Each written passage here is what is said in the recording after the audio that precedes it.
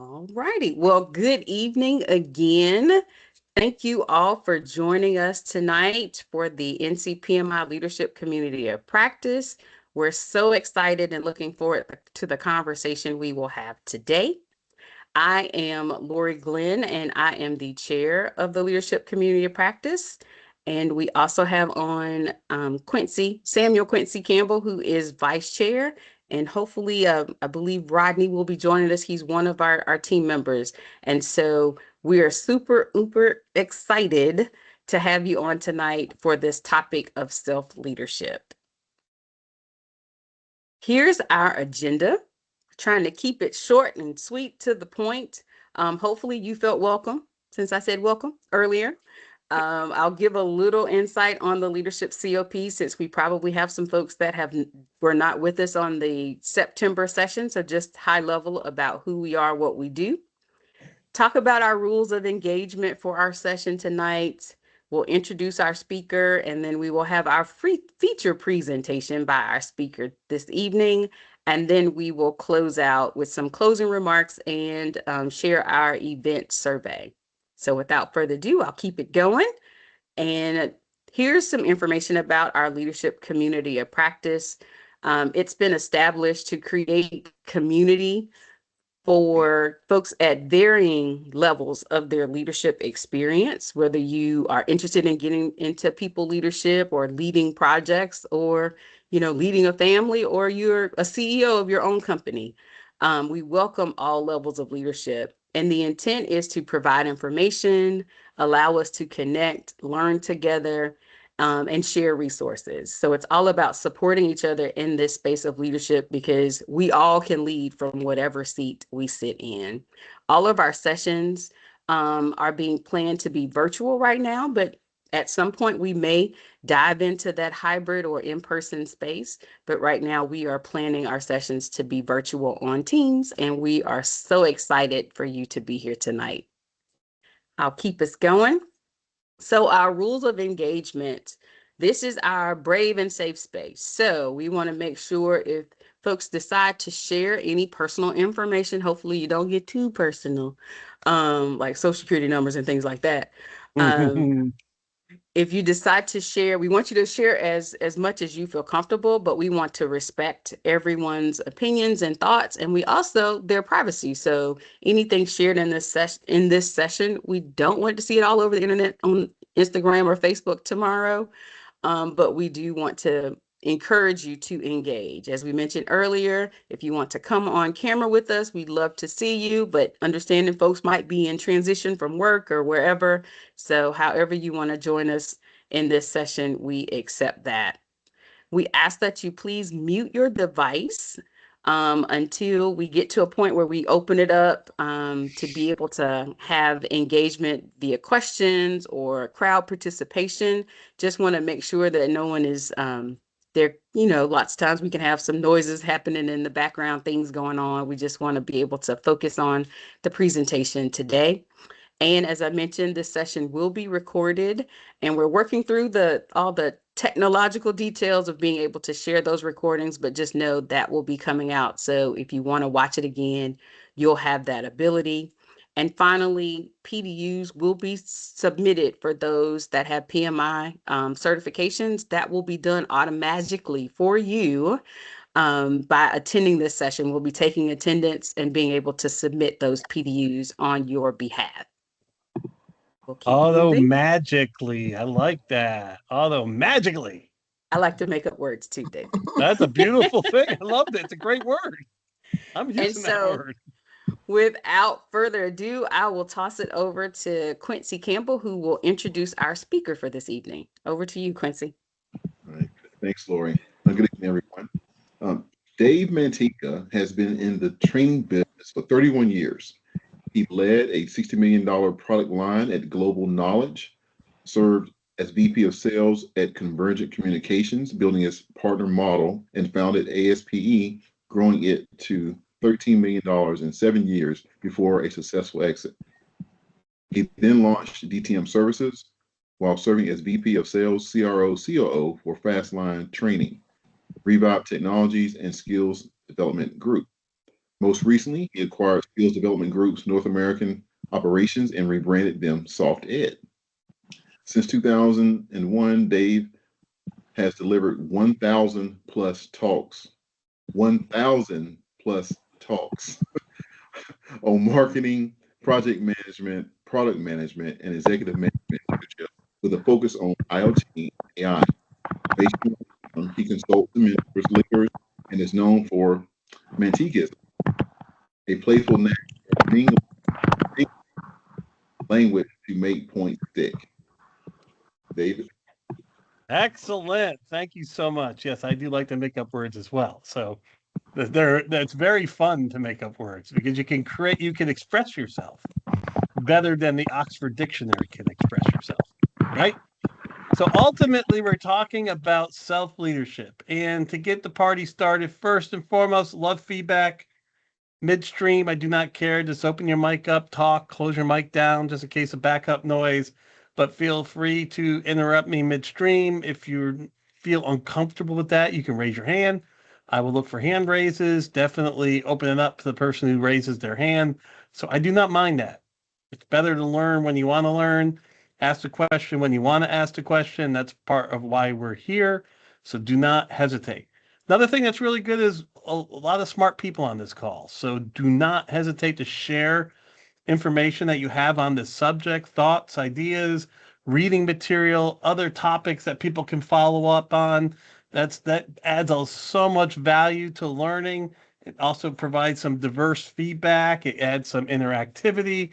So you're just not hearing one dude speak the whole time. So again, those are all value attributes. So feel free to raise your hand. Feel free to comment and interrupt me. Feel free to put comments and thoughts in the chat itself. And we're really going to dig into this concept of self-leadership. And the reason we talk about self-leadership and the reason I've been really working hard to promote this topic over the last few years is that our brains are not made for this type of work. Our brains really haven't evolved much for this type of work. I mean, knowledge work really, in the way it is now, has only been around for 40, 50 years.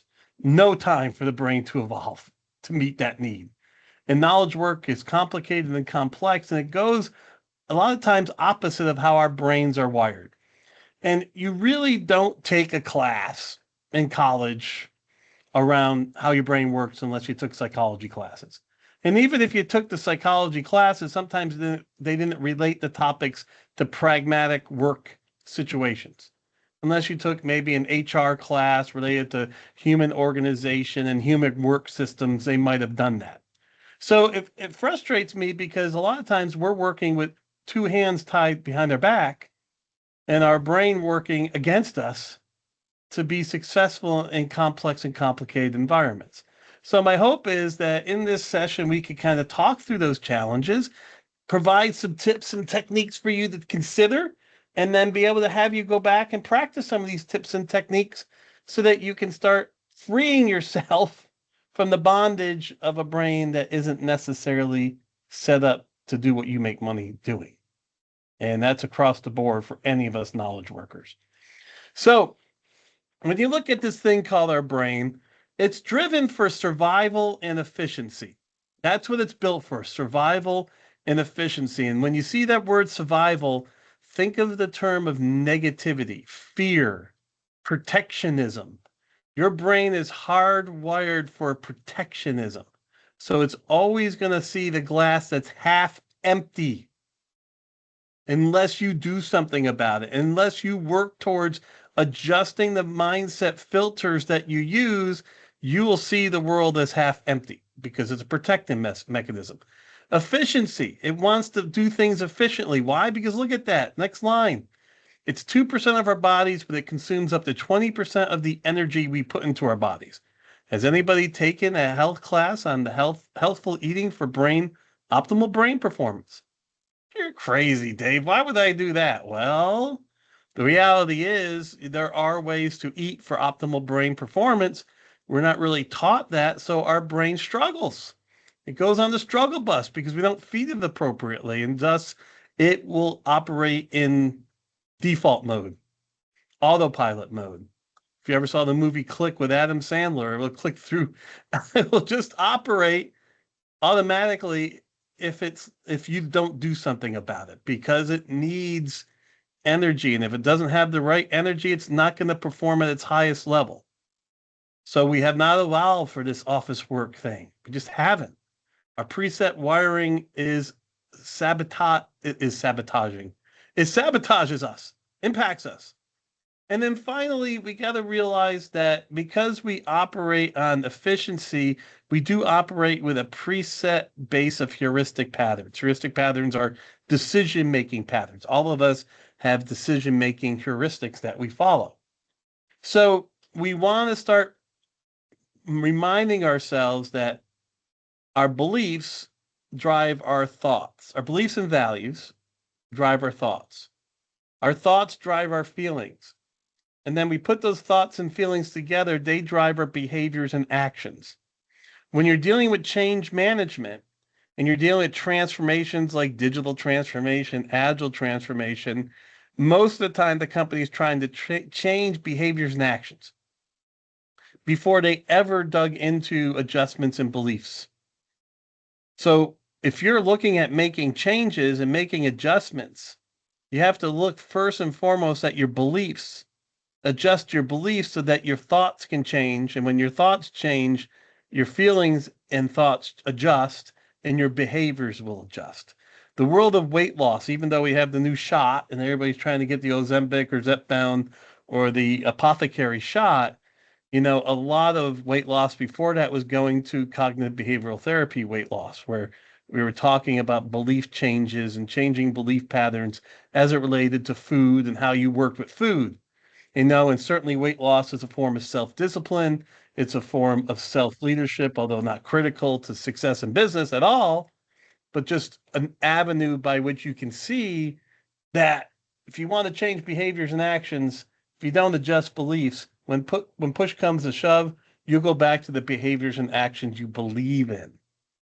And this is where transformations fail.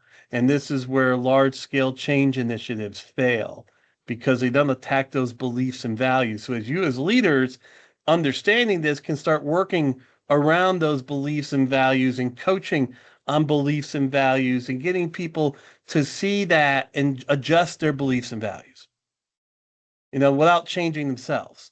You can adjust some beliefs and values without changing who you are. Ultimately, in our world, we're going to have to change a lot. So what we want to do is we want to change what we do. We don't necessarily have to change who we are, but we have to adjust what we do. And in order to adjust this, what we do have to change certain perspectives about the world, certain things that we've learned that are no longer valuable.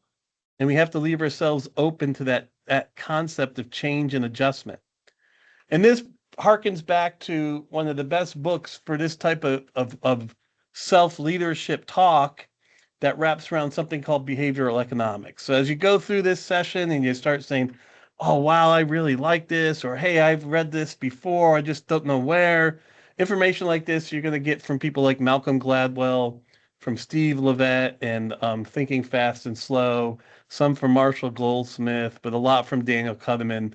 These are folks that write and think about behavioral economic terminologies and thoughts. And Kahneman won the Nobel Prize as he started looking at this type of way neurologically we think, and he put it into System 2, System 1 thinking models, where how can you push yourself into System 2 thinking when you force yourself to have higher levels of cognition and thinking over longer periods of time, forcing yourself to get into that deeper thinking for longer periods, and then training yourself to go into that flow quicker and over, without having to constantly think about it. And, if you get his book, Thinking Fast and Slow, the appendix is his paper that he wrote that got him the Nobel Prize. So we're going to start playing some tricks on you. So the first trick is this. What's one of the worst scenarios for us in leadership is judgment. We are horrible, judgy, nasty little judgy creatures. We are. And we judge based on pre-existing biases and heuristic patterns. And it's your brain that does this. It's not because you're bad. Your brain, because it's lazy and hardwired to protect will force you into patterns of belief that you have to protect yourself from. The other reason your brain does this is it protects you from trouble. Like if I was a cave person, I was out there and I ran into another cave person, I'm looking at that person, I'm thinking of two things. Number one, can they hunt saber-tooth tiger? So can this person actually be competent to hunt saber-tooth tiger with me? But then I'm looking at him or her and going, oh, well, are they going to kill me after we get saber-tooth tiger and eat it all themselves? So most of your mechanisms on first judgment around trust and competency. So you have to understand this from both sides. First, you have to understand this as it relates to you as a new leader walking into new situations that you want to present a certain image of yourself. You have to present that in such a way that you can show trust and competency, how you dressed, how you coiffed, how you carry yourself, how you perform within the environment. People watch. And as a leader in multiple scenarios, I learned this very quickly. People watch, and then they judge the situation given your actions and reactions in the given situation. So the second area is you have to watch this in yourself, because you can lose out on valuable talent. You can lose out on learning valuable pieces of information because you judge the person less than qualified off your initial judgment factor. And by now you see that the dude is the same dude, right? I assume everybody sees that. So ultimately, we have this trick, and this trick is important. And it's one of the most pragmatic things I can give you, that in early leadership, entering environments that are new to you, you're going to be judged on trust and competency. So you have to look at carrying yourself, even before you open your mouth. How have you dressed? What have you earlier said? How have you carried yourself? And then as you get deeper into your leadership your leadership career, you have to then reverse, and you have to make sure that you're not doing the same thing to other people, because you're missing out. And what is this called? What's the old adage? Don't judge a book by its cover. So there's always an element of truth and actual science in some of those adages. So, any questions or thoughts at this point in time? And it's okay if you don't, and it's okay if you do. It just is. All right. Now, certainly you can interrupt me. The first level of distortion in self-leadership is emotional distortion. And we'll talk through what is this whole emotional distortion thing. And remember, you are hardwired. Yes, Brenda. So the thing is, it's not only how people perceive you, but it's also how you perceive yourself. And that perception of self can carry over. The same if you have a negative perception of self.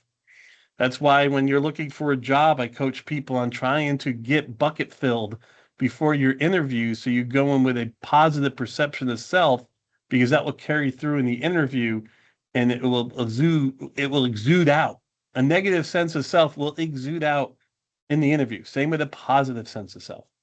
So again, reminding you that we're hardwired for this pessimism.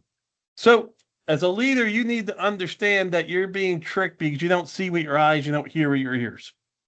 Remember, you don't see with your eyes, you don't hear with your ears. Your brain sees and your brain hears. Your eyes are IoT sensors. It converts light waves to impulses that are read by your retina as electrical signals that are sent to your brain to interpret. Your ears convert audio waves into electrical impulses that your brain goes and processes and comes out with a thought about what it is it's hearing and what it is it's seeing. And it can get clouded. It can get clouded by preset perceptions. It can get clouded by past memories, especially if you decide that you don't want to let it think a little bit. The less time you give for thinking, the more time you're going to be hijacked. And we're going to talk about emotional hijacking here in a couple of slides. So I have to remember, I don't see with my eyes. Brain, what am I seeing? Does that make sense? Is there anything I need to think more deeply about it? Brain, what did I just read? Am I making a mountain out of a molehill? Maybe I need to chill and relax a bit and process this before I emote on it. Self-governing. And self-governing not because you're bad, but because you're being tricked by your brain. And so we have, three very basic parts of your brain: the reptilian brain, or the brain stem, that controls your heart rate and your breathing. Your limbic portion, or amygdala, that is your flight, fight, fawn, freeze response, and that's really the first place things go when it's analyzing what you see and what you hear. And then your cortex, cerebral cortex, that's where cognition occurs.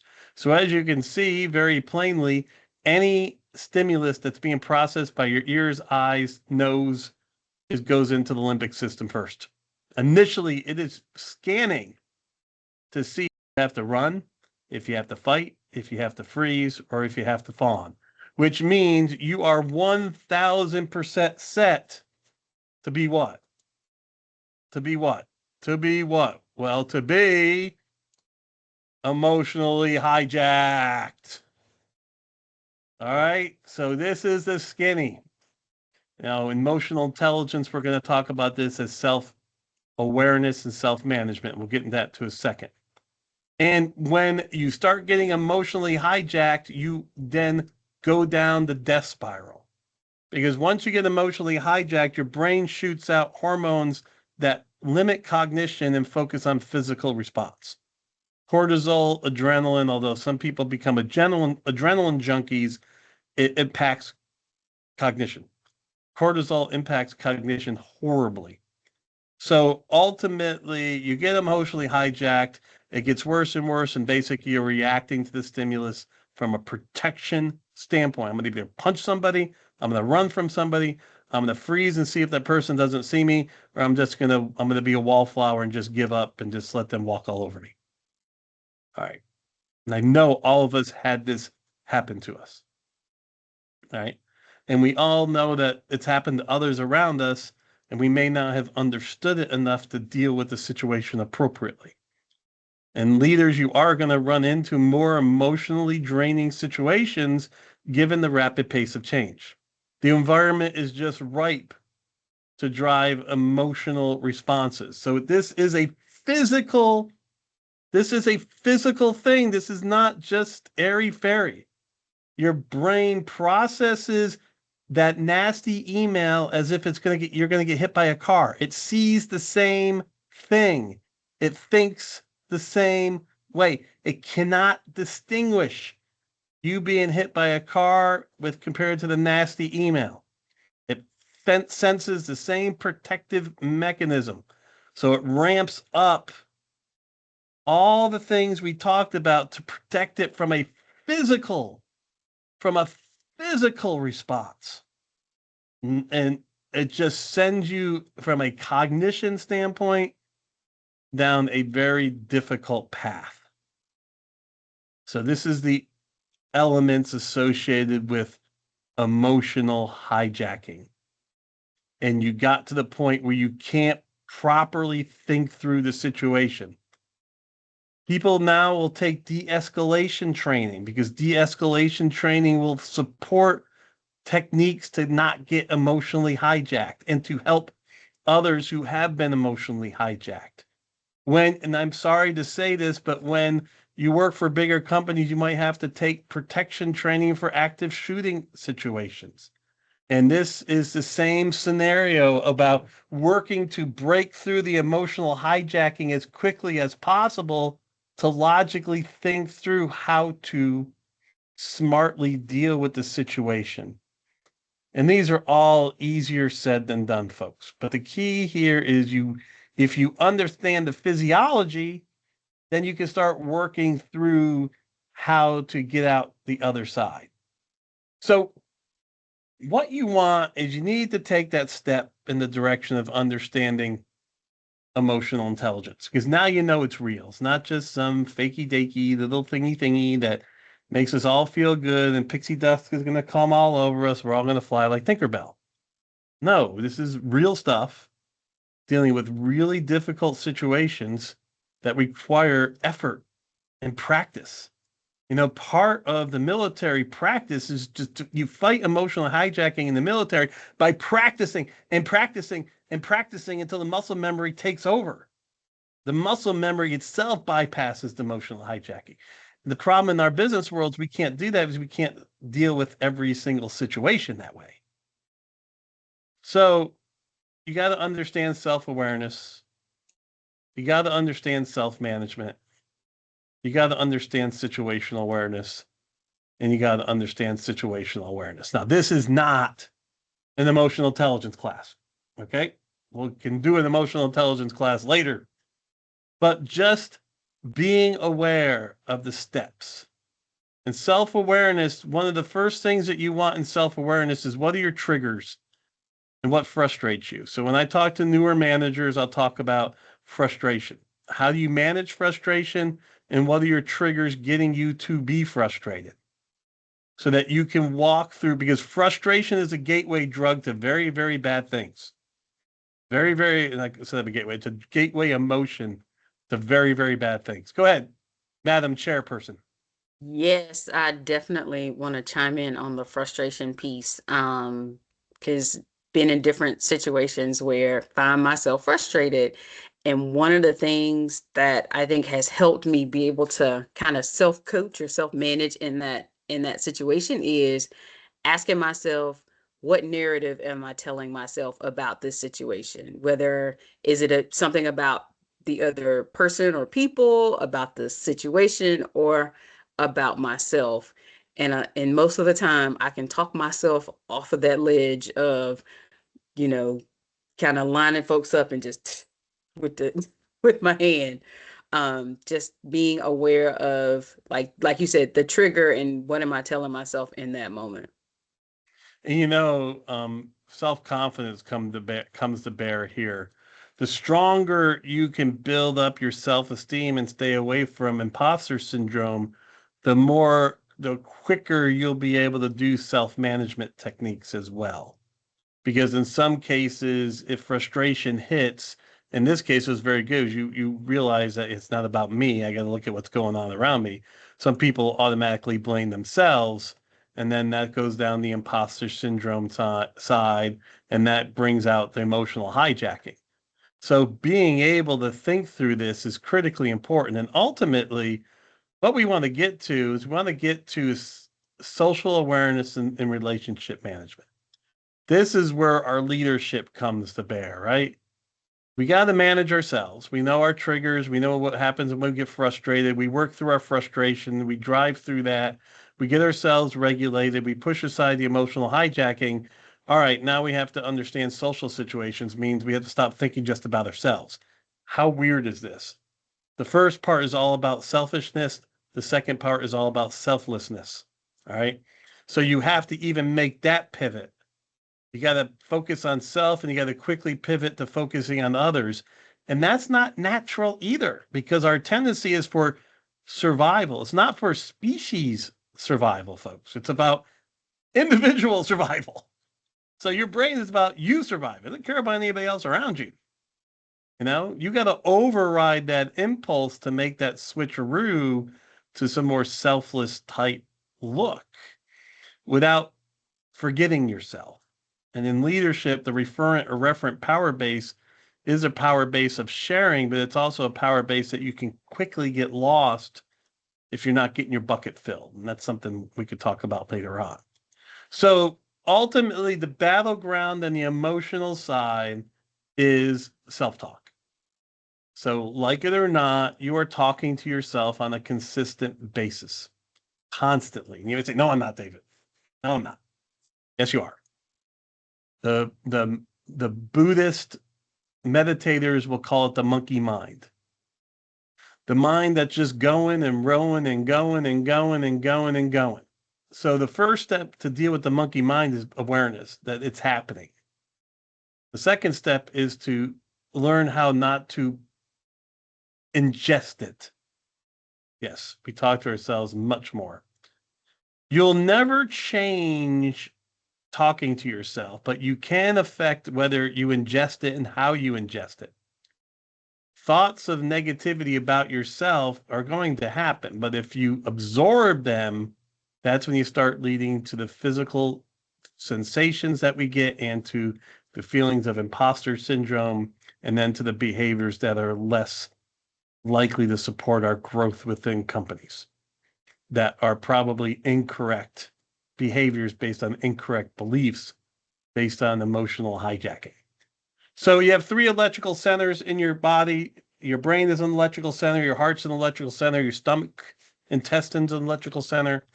If you don't think you have self-talk, if you have a stress-related headache, step back and try to think about what you were thinking about an hour before that headache occurred. If you're feeling some heart strain, step back and think about what you were thinking about an hour or so before that heart strain occurred, and you'll start digging deeper into that by which the things that you're saying to yourself. Ultimately, the pathway towards getting a handle on some of the more insidious stress-related illnesses, because emotional hijacking is usually a point in time.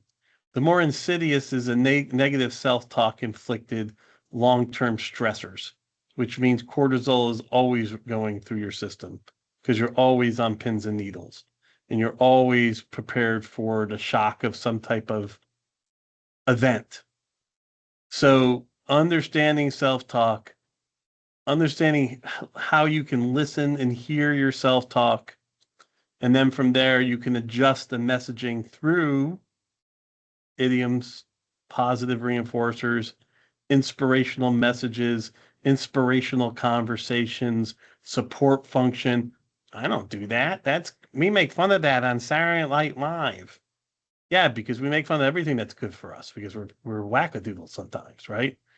You can only fight your negative brain by feeding it positive insights, thoughts, feelings. And that goes to the mindset. Ultimately, to lead means a level of selflessness. A level of selflessness means a growth mindset. You cannot lead without a growth mindset because a growth mindset is a mindset that believes that everybody can change. There is a potential of learning no matter where somebody is, how somebody's at. There's always potential. And I'm open to trying to inspire someone to grasp that potential, right? It's not airy-fairy, folks. We don't lie to ourselves. If someone has an opportunity and they don't grasp it, okay, they don't grasp it. That's the limiting factor. It doesn't mean they're bad, but they don't grasp it. And that's what you have to make decisions on associated with their career. But allow someone to prove that to you before you dictate it. Allow anybody in your sphere to prove that they can learn and grow. Because fixed mindset people don't even allow people to prove it. They just assume it. They not only assume it to you, they assume it to themselves. And in rapid change, it's a death sentence. Because if I'm driving a fixed mindset and rapid change, I'm only as good as what I know. Everything's changing around me. It means I'm going to be obsolete. I just got to keep finding ways to find jobs that use that one skill to protect me from obsolescence. And that is another death spiral.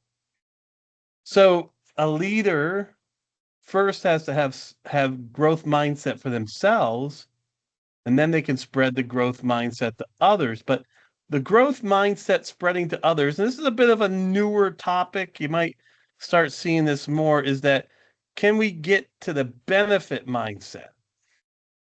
So this is where we go from I to others.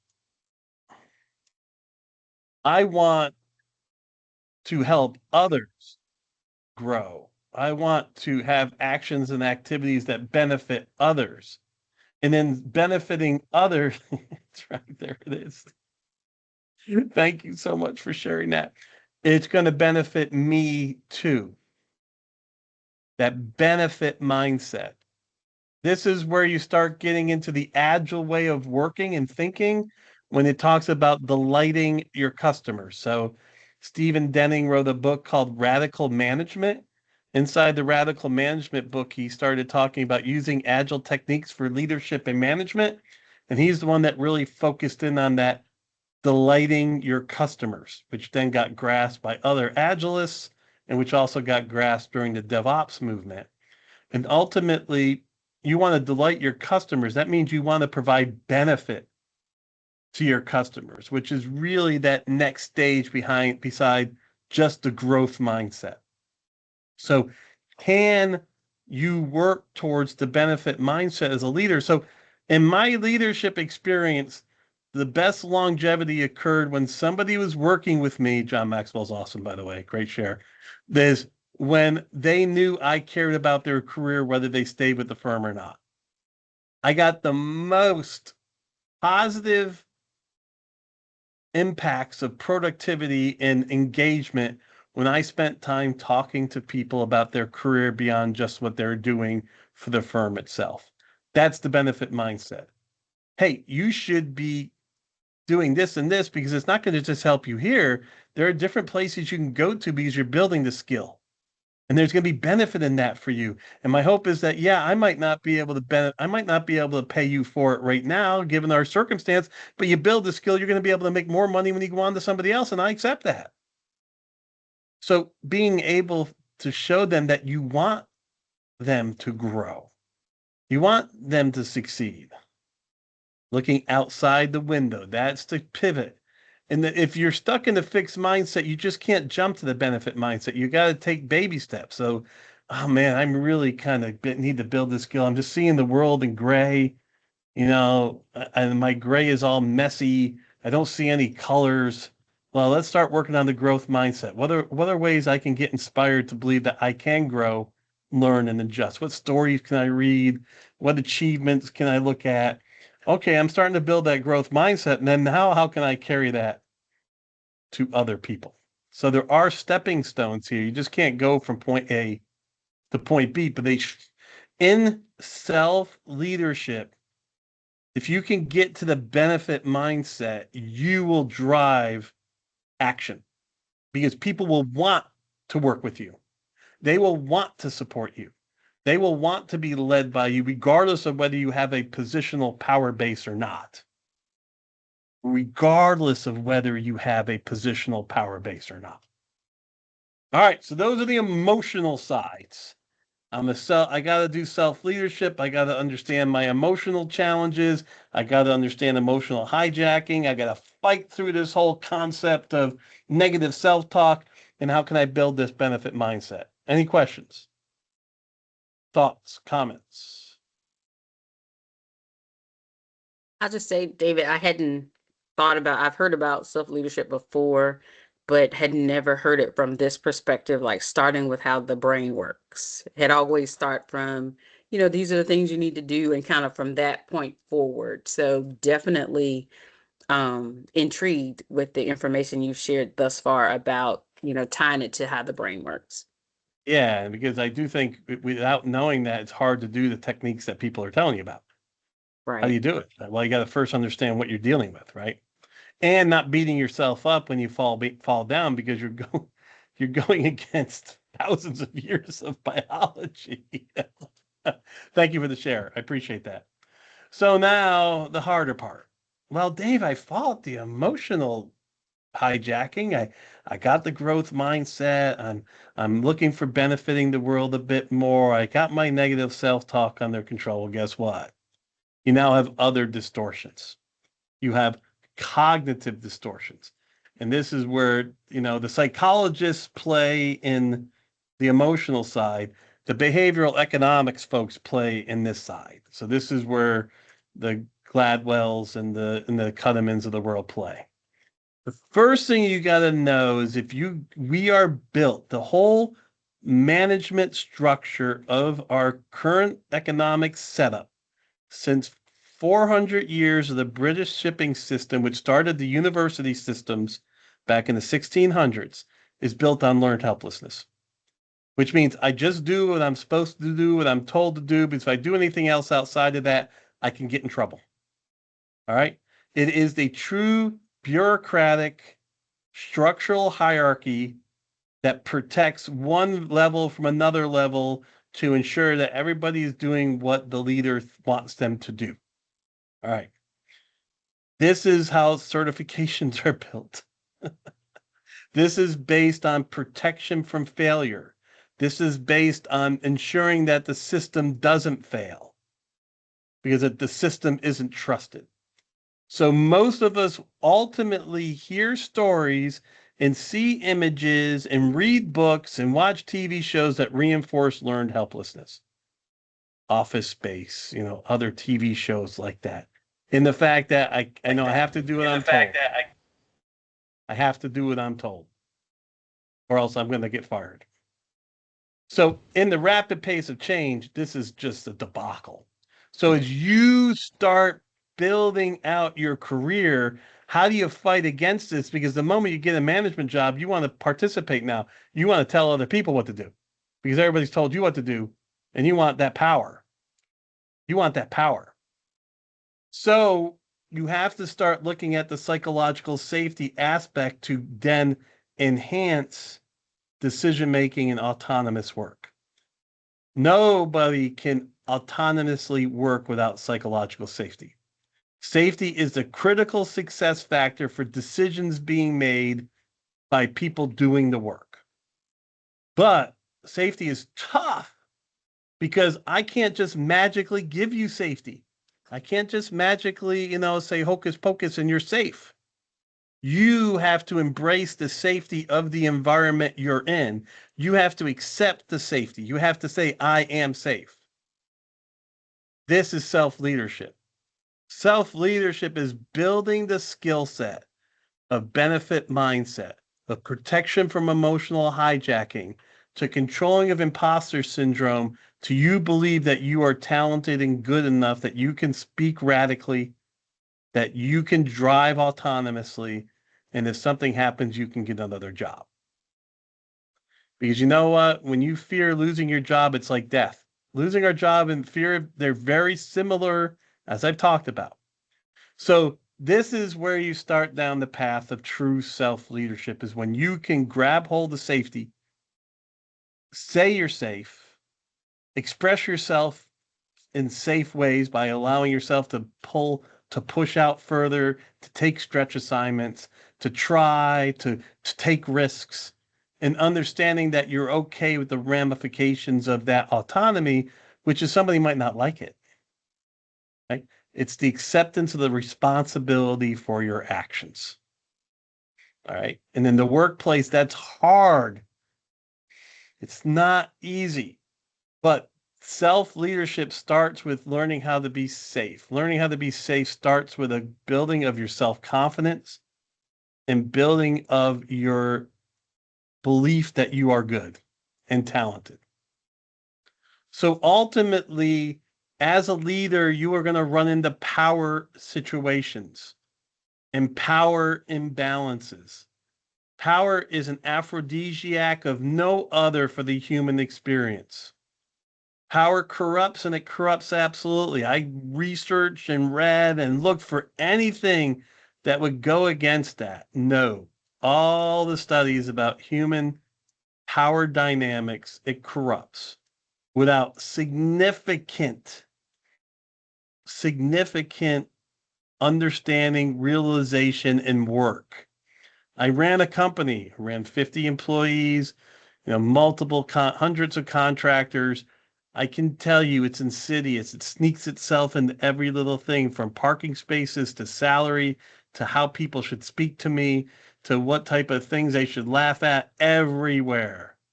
It's a feeling. It's a feeling of importance. It's a feeling that, ultimately, it's not that you don't like people. It's the fact that you don't even perceive them. Everything is perceived through your filter. And this happens when you're dealing with stakeholders. You're talking to a stakeholder, like, what is going on with this person? All they're talking about is I, my group, my team, our stuff. What is going on? They're not processing. And so if you try to work through that person by talking about benefit, that's not necessarily going to work. And long term, those people have difficult times maintaining their position and helping the company grow. So ultimately, self-leadership, when you get to a certain level, you do have to start looking deeper at the impacts of power. But we do have other cognitive challenges. And the cognitive challenges are based on pessimism. They're called effective forecasting challenges. They come from both psychology and economics. Again, the whole behavioral economics connection. We overestimate, and most of the times we overestimate the negative duration and intensity. We overestimate how painful job loss is going to be to the point that we're seeing ourselves eating beanie weenies behind the Circle K, and that's not true. It doesn't happen. And we usually overstate on the negative like I'm talking about. And I'm going to go through some cognitive distortions. The key for us is that you do have to understand these distortions and ask yourself if you're suffering from them. I did a presentation on decision making, and I did in that presentation were the people who are doing careers today, right? Career searchers, right? And this idea of people not properly planning their career, us not spending money to manage our careers, it drives me crazy sometimes. I'm just like, I don't get it. It's called immune neglect, which means if I've never been laid off, then I'm not going to get laid off. So why should I prepare for something that's not going to happen? The same thing happened during COVID a great deal. The same thing happened during World War II as people in Britain when people just kept coming out of the bomb shelters, even though they're being lambasted by the Germans. If I'm not impacted, I'm not going to get impacted. It's a cognitive, but it's wrong. It's incorrect. Yet this is what our brain tells us. It's a protection mechanism. So as you are looking at the world, you can't just think because it didn't happen to me, it's not going to happen to me. Time discounting is tied to value now. We value today more than we value tomorrow. So we are apt to overestimate the value of activities today and underestimate the impact of not doing something on tomorrow's David. All right. Weight loss is a primary example of this. I'm a big guy. I am not stupid. Mama Mantic raised fat boys. She didn't raise stupid boys, okay? I know that my weight affects my knees, my heart, my A1C. I get it. I know that. But I still enjoy food. I love it. I taste it right now. Very tasty. Yummy. Make me feel goody. All right? Time discounting. I've got to change my beliefs and adjust my patterns to start realizing that it's only going to get worse for me in the future. These are some very difficult things we have to get over. In the work world, you see this a lot. One of the first things you see in complex project spaces for project managers is the endowment effect. The endowment effect is a cognitive bias that if you own it, it's more important. So if I have a red apple, and Margareta has a red apple, and it's the exact same apple. Everything's the same. We both got it at Harris Teeter. It's a Macintosh. It was birthed in the plant the same exact time. Everything's the same. I'm going to value my apple more than her apple because it's mine. So stovepiping within companies, team dynamic issues within companies, because I'm a part of it, it's special. And you're going to initially see this and you're going to think the person's a jerk, right? They're acting, what the? And so that does two things. One is you have to protect yourself from when the endowment effect might be occurring to you. And then you have to understand how to work through the endowment effect when it's happening to others. The one that happens in all your environments is loss regret. Pessimism, negativity. I'd rather do nothing if there is a single chance of failure than to do something. A little itty bitty teeny chance of failure, I'm not going to do it. This is a lot of the challenges around change initiatives. Part of leadership is you have to paint a picture of why somebody should change. And then you have to help them believe that picture can come true. Honestly, you can't be Pollyanna, honestly. So you have to frame that in such a way to help them get through lost regret. Now, not all of us operate this way. I mean, there's 4 ways. I said there's 3 ways. There's 4 ways to make money in this world. 1 is to inherit it. 2 is to cheat, steal, right? 3 is to manage the crap out of the risk. And 4 is to be lucky, all right? And, the manage the crap out of the risk people are people that don't necessarily see lost regret. So not everybody, since there are rich people out there that didn't inherit, that didn't steal, for the most part. Social commentary. Ultimately, there are people that can deal with risk better than others, but not all of us. The vast majority of us can't handle this. Leadership and project work is about helping people get to the future state. The future state isn't just on a piece of paper. It's in people's, they got to believe it. And if you don't believe it, there's no way you're making that. There's no way you're crossing that. You might do it in behavior only. You might just do it because you had to do it. But when push comes to shove, you're going to go back to what you believe. Social proof is the concept that if a lot of people are doing it, it's important. So you go to downtown Raleigh at 7:00 on a Saturday night. The restaurant has got fits 100. There's 2 people in it. What do you think? El stinko di el fudo. Okay, it's no goodie because there's nobody there. How true is that? You have no earthly idea, but yet you just know that's the case. I just know that. So, in this scenario, you have to watch out for those situations and understand that just because a bunch of people think it's good doesn't necessarily mean it's good. We run into this a bit, but not as much. The last 2 we run into a lot. Reciprocity is a concept of quid pro quo, right? You eat the things off my back, I'm going to eat the things off your back, and so on and so forth. It's very helpful, right? It helps clean each other, right? But it can be manipulated, especially for the person who's not helping somebody else out. So there is an innate feeling in us that if somebody does something good for us, we want to give back. And that can be used for influence, that can be used to support people, can also be used for manipulation. You can ultimately be manipulated by someone in the use of their reciprocity.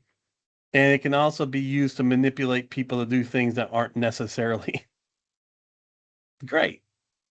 So you have to be wary of the give and take that happens within working environments. And finally, the most critical one for long-term growth as a person who's going to be in leadership is confirmation bias. Information, remember, you perceive, you read something, your eyes read it, your brain processes it, and it comes out with a picture of what it is.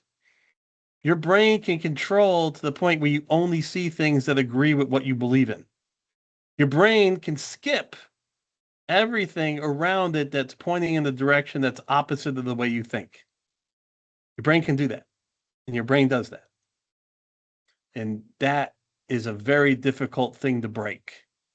You break it by practicing 360 evaluations, by practicing putting yourselves in less than common groups of interest, trying new things, testing out new hobbies, reading different information from different sources. The idea of confirmation bias is beaten down by diversity, and not just identity diversity, but cognitive diversity. Identity diversity breeds cognitive diversity in some cases because, different identities are brought up in different social, economic, and situation and just overall social situations, which is going to breed different heuristic patterns. What you want is you want to expose yourself to different thinking patterns to readjust and change the way you attack problems that you're seeing. This is the second most powerful thing I can point out to you in self-leadership. The first was psychological safety. The second is protection from confirmation bias. Truly, if you want to be a successful leader, embracing the ability to allow conflict, embracing the ability to allow for dissenting voices, embracing the ability to hear different perspectives, making sure that respect and civility is followed, which is one of our social problems right now, will go a very long way for you being successful. That's a very powerful skill to have, and you won't get bamboozled. So, any questions there? I probably will finish about 7:10. It looks like, if that's okay, around that 7:10 time frame. Maybe speed up just a little bit. The work breakthrough, any questions? Yeah, go ahead. Go ahead, sir. Okay. Hey, thanks, Dave. As I was listening to you talk about some of the key learnings and the idea of leadership, I find myself always trying to walk this tightrope where I believe the buzzwords that people use, fail fast, emotional intelligence, servant leadership, all that stuff, right? I try to practice it and live it, but I find myself always between my team and upper management where I'm trying to protect the team, walk the walk, show servant leadership, and I might have upper management that will use the buzzwords, but not really believe it, right? Yeah, so you got So to I be have all the yeah, time. you have to be transparent in what you can and can't do. You have to be honest with your team about what you can and can't control. Right, There are things you can't control. I'm sorry, there just is. I mean, you work in the system. You work in this, and you agree because you have a job and you're making that money. You agree to work in that system. Now you can leave that system, right, and you have the self-esteem to be able to leave that system when you want. But remember, there's pros and cons, right? But your team needs to understand what you can and can't do. And they also have to understand of what they can and can't live with. Like there are things you can control. You can control safety for folks in certain levels. You can. You can't control that they're going to get laid off by a CFO that puts you all on the side of a spreadsheet that's the wrong side. right. But you can control their ability that they're making mistakes at the point of their work and learning from that. So what I would say to you is transparency about what you can and can't do and being honest about it, and then making sure they're honest about accepting what they can't change. And that's a tough one because we don't like that, but we have to. There are things I can't change about the world. There are just natural. There are just laws. You die. All right, you can't change that. In work functions, there are things that just happen that you can't change. And when you work there, you have to decide if you can live within that. So that's what I would tell you to work for. You should be very proud of yourself that you're trying to espouse servant leadership. So when you're doing a review, really focus in on them, talk about their careers, talk about their career growth, not about what they did to make you look better or what they did to make the project work better.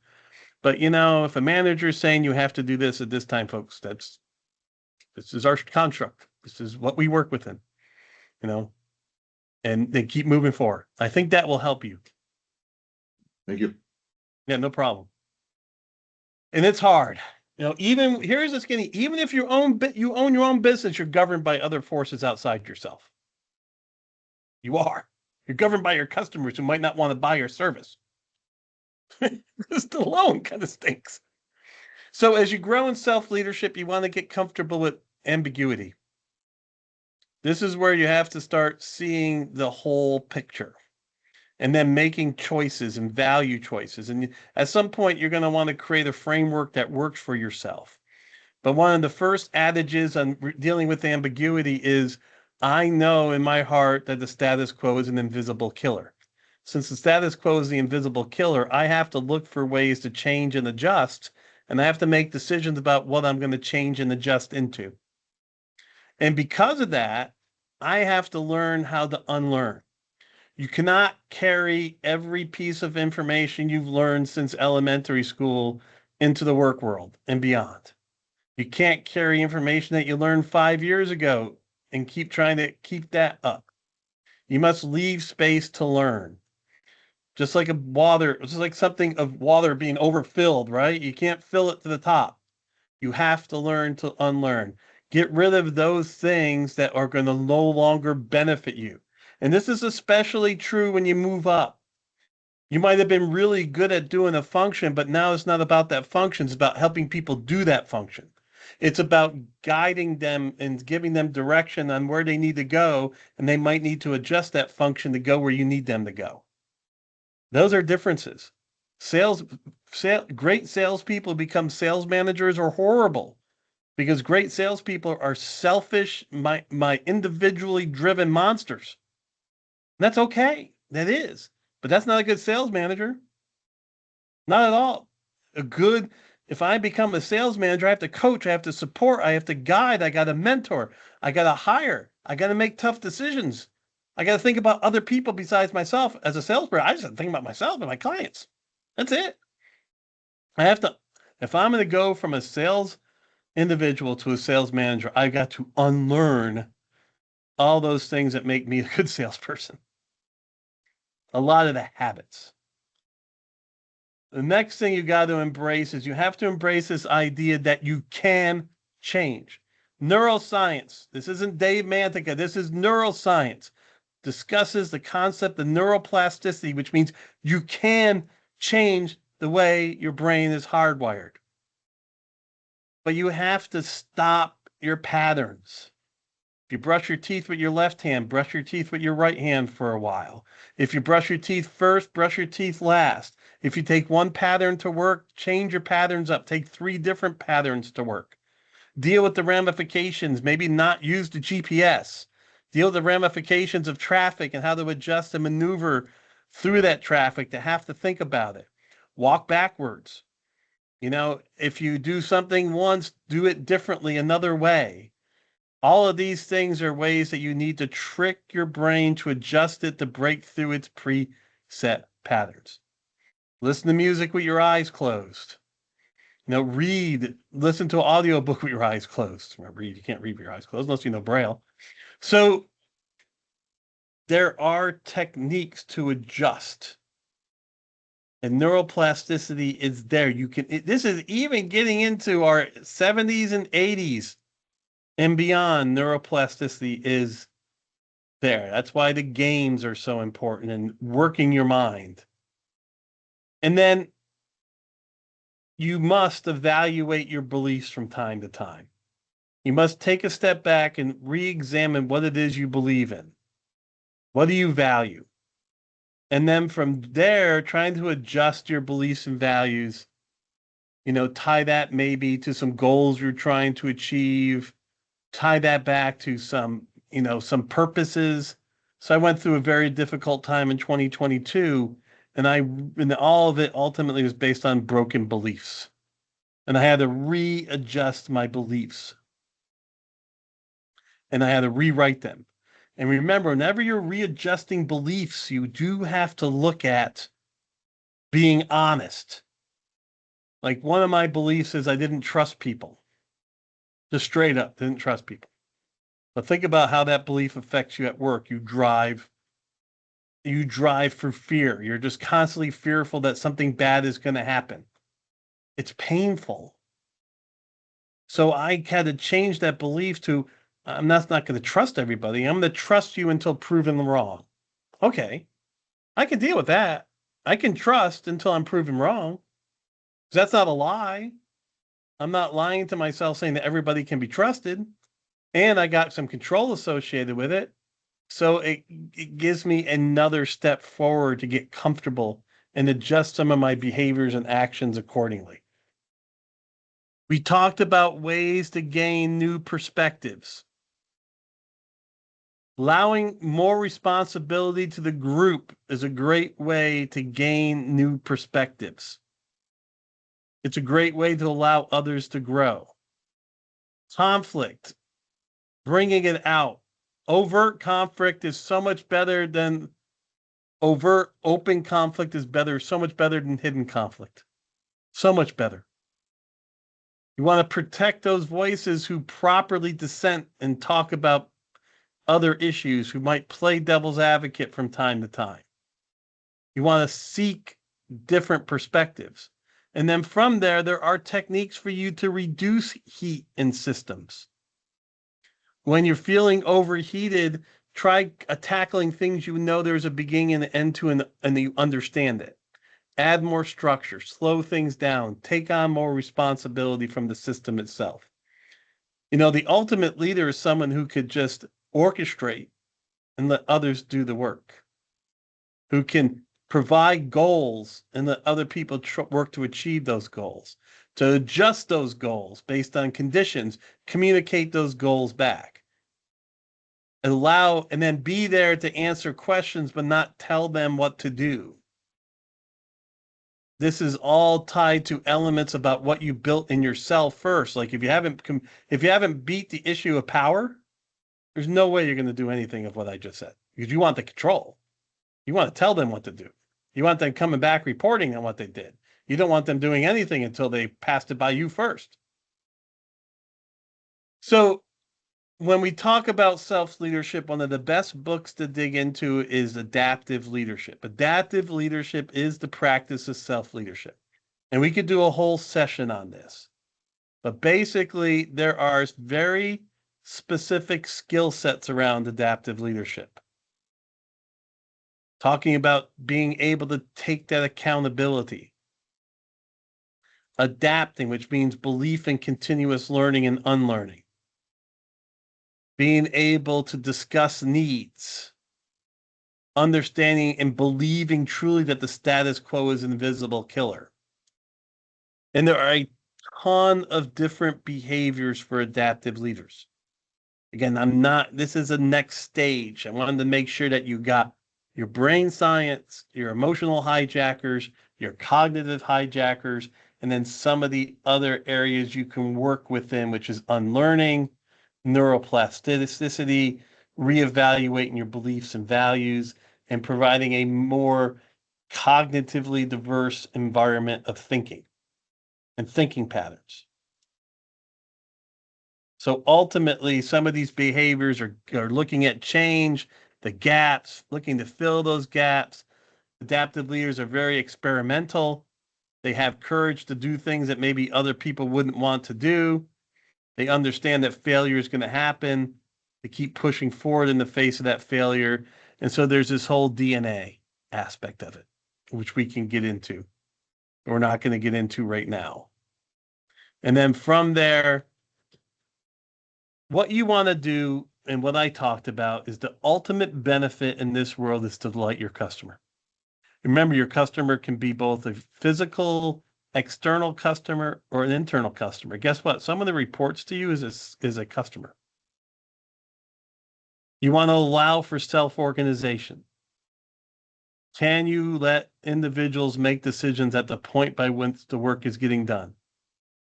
The more you can work in shorter cycles, the better you can adjust and pivot for times and changes. You're always thinking in those cycles about value, outcomes versus output. If you built really strong self-esteem and psychological safety, guess what? You're going to have transparency. One of the best things that would happen to me is when people just come and tell me the way it was.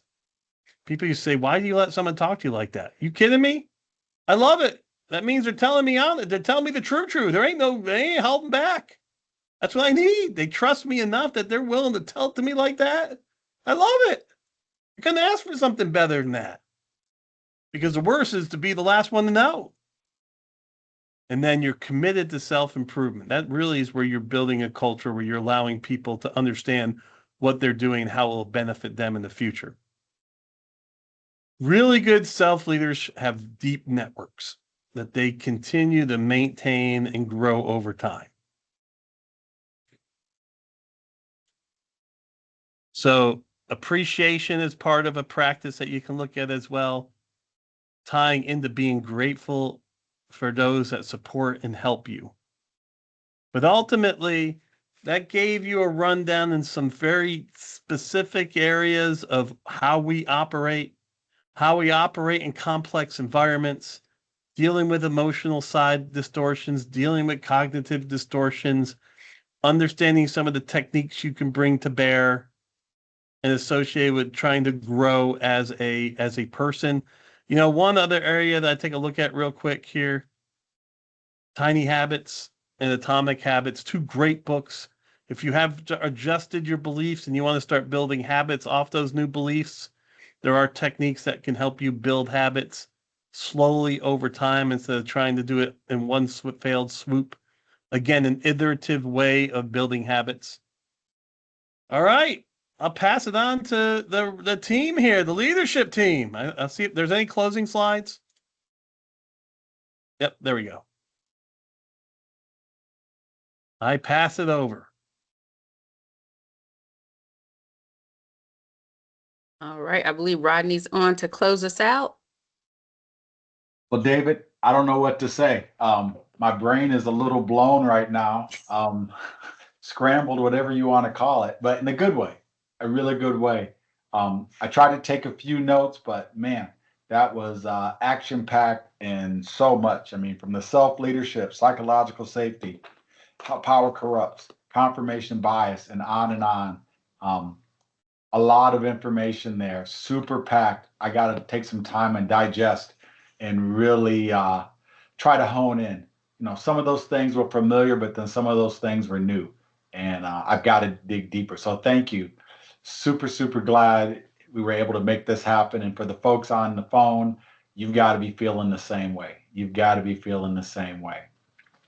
Lots more to come, but what I do want to ask for is, you see a QR code down there. Before I forget, if you would take some time and just scan that right now and get that loaded up, you can do it. It won't take long, but go ahead and give us some feedback, right? We want to know what you thought about our speaker today, the format, and then maybe even future topics, right? So take that survey and you'll get a chance to give us feedback so we can make these sessions even more meaningful in the future. I don't have any announcements, anything, Lori or Quincy, for Yep. announcement? Thank you, Rodney. Just letting folks know more to come. So just stay tuned to checking your NCPMI email to hear what we're doing next. All right. Okay, back to you, Lori. All right. Well, thank you everyone for joining us. As Rodney said, the QR code is on the slide. I've also dropped the link to the event survey in the chat. So please, please, please share your feedback with us. And just a reminder, this session was recorded, so we will make that recording available. And those that attended today that have PMI certifications, your PDUs will be logged for you. So we thank you so much. And we thank David for all that he has done to help us in presenting this information tonight. And we hope everyone has a great rest of your 2025 and look out for us for more things in 2026. Have a good evening. Thank you. Awesome. Thank Hey, thanks, you. Lori. Thank you, Quincy. Thank Talk you to you very later. much. Thanks, Rodney. Have Bye-bye. a good night. Bye-bye. Take care. Bye.